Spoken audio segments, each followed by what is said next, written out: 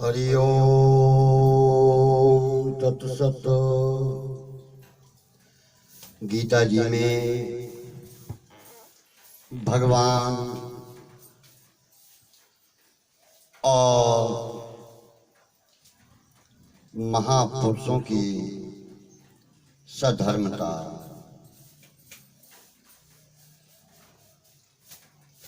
अनबभूयत यस्तत्त्वं ते मुक्ता एव वर्णनात् तस्मात् प्रोक्तं तु साधर्म्यं निजस्य च महात्मनाम्। गीता जी में भगवान और सिद्ध महापुरुषों के लक्षणों में सधर्मता का वर्णन हुआ है। जैसे भगवान कहते हैं कि त्रिलोकी में मेरे लिए कुछ भी कर्तव्य नहीं है, ना मे पार्थास्ति कर्तव्यम त्रिषु लोकेषु किंचन। तीसरे अध्याय के 22वें श्लोक में है। ऐसे ही महापुरुष के लिए भी कोई कर्तव्य शेष नहीं। तस्सम कार्यम न विद्यते। तीसरे अध्याय का 17वां श्लोक। भगवान कहते हैं कि मेरे लिए प्राप्त होने योग्य कोई भी वस्तु अप्राप्त नहीं है।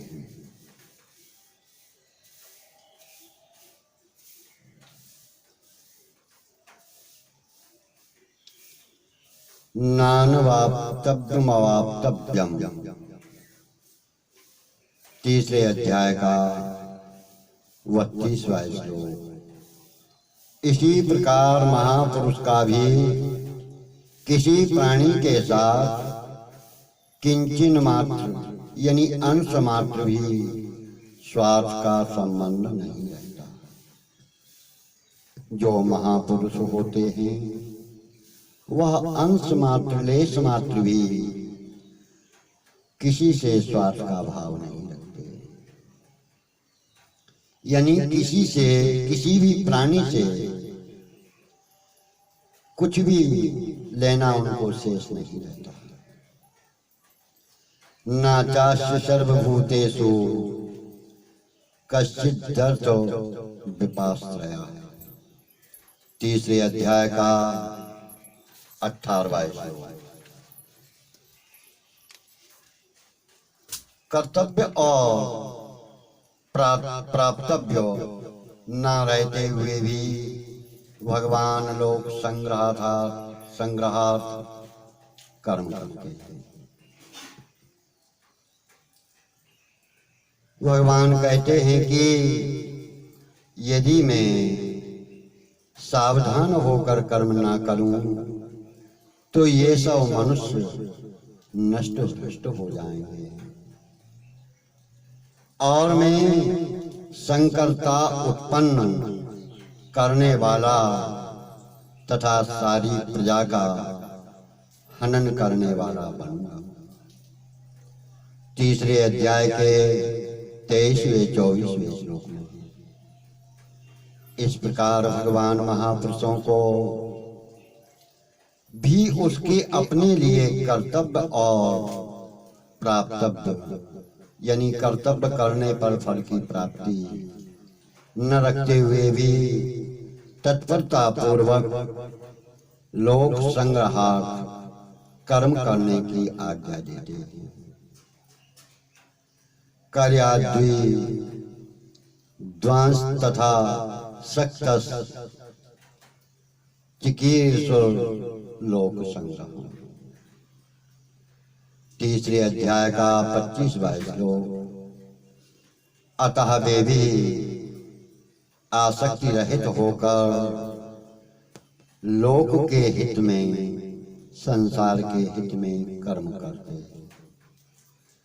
भगवान कहते हैं कि मुझे सब कुछ करते हुए भी अकर्ता ही समझो, क्योंकि मैं कर्तृत्वाभिमान से रहित हूँ। यानी मेरे में कर्तापन का अभिमान नहीं है कि मैं करता हूँ। चौथे अध्याय का 13वां श्लोक। इसी प्रकार महापुरुषों के लिए भी कहा गया है कि वह कर्मों को भली भांति करता हुआ भी वास्तव में कुछ नहीं करता। क्यों? कि वह कर्तृत्वाभिमान से रहित है। उसके अंदर यह अभिमान नहीं है कि मैंने किया। कर्मण्यभि प्रोक्तोपि नैव किंचित करोति सः। चौथे अध्याय का 20वां श्लोक।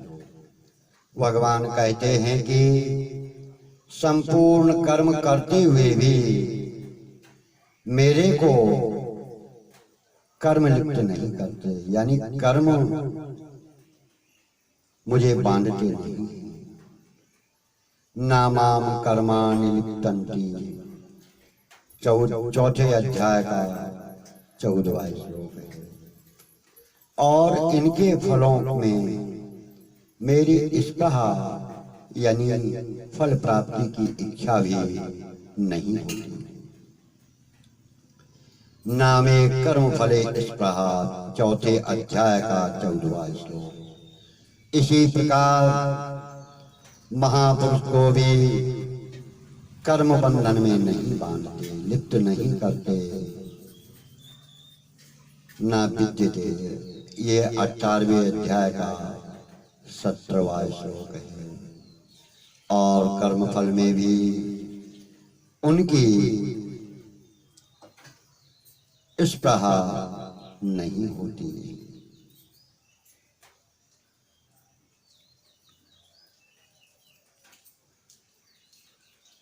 विगत स्पृहा, दूसरे अध्याय का 56वां श्लोक।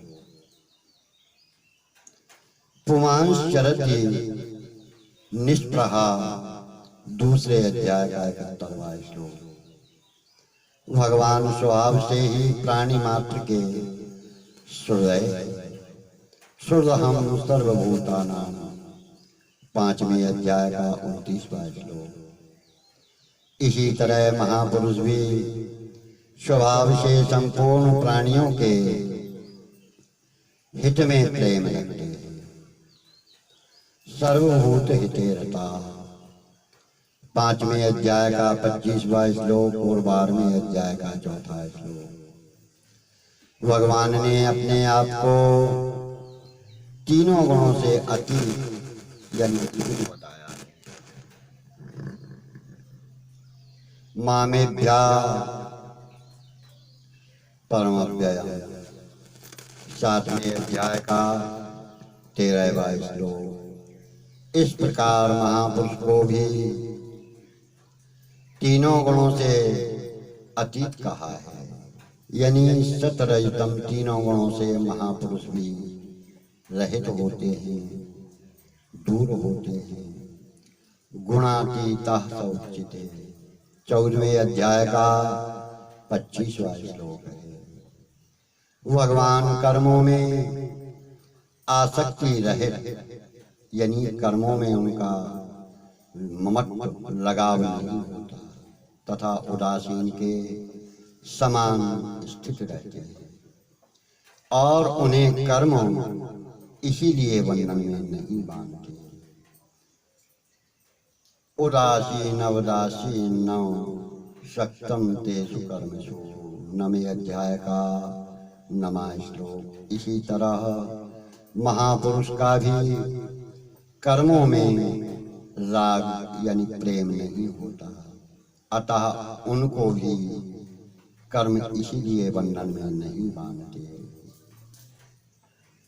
उदासीन वदासीनो गुणयो न विचार्यते, 14वें अध्याय का 23वां श्लोक है। भगवान की दृष्टि में तो सत्य और असत्य सब कुछ मैं ही हूँ। सद सच्चा हूँ। नवे अध्याय का 19वां श्लोक। और महापुरुष की दृष्टि में सब कुछ वासुदेव ही हैं। वासुदेवा सर्वम, 7वें अध्याय का 19वां श्लोक। भगवान कहते हैं कि वेदों को जानने वाला मैं ही हूँ।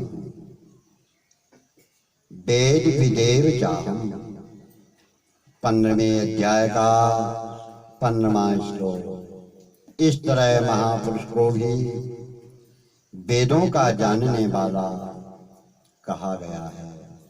सवेद भी तो 15वें अध्याय का पहला श्लोक है। इस प्रकार भगवान से साधर्म्य होने पर भी महापुरुष भगवान की तरह ऐश्वर्य संपन्न नहीं होते।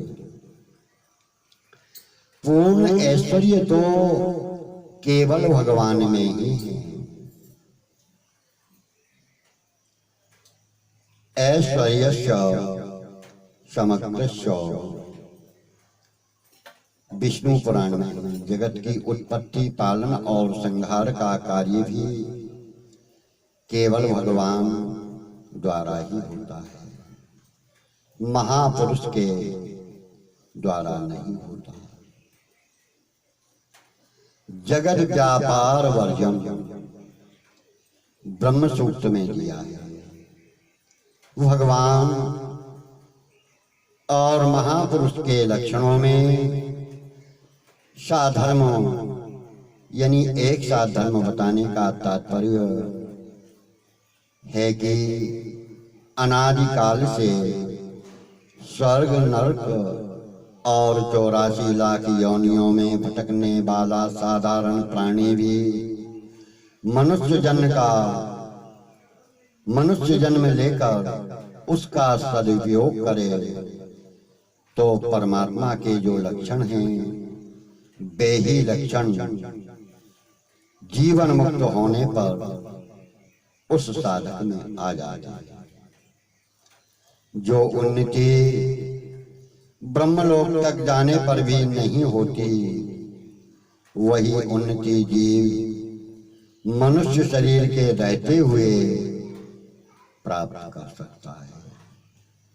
हरि ओम तत्सत।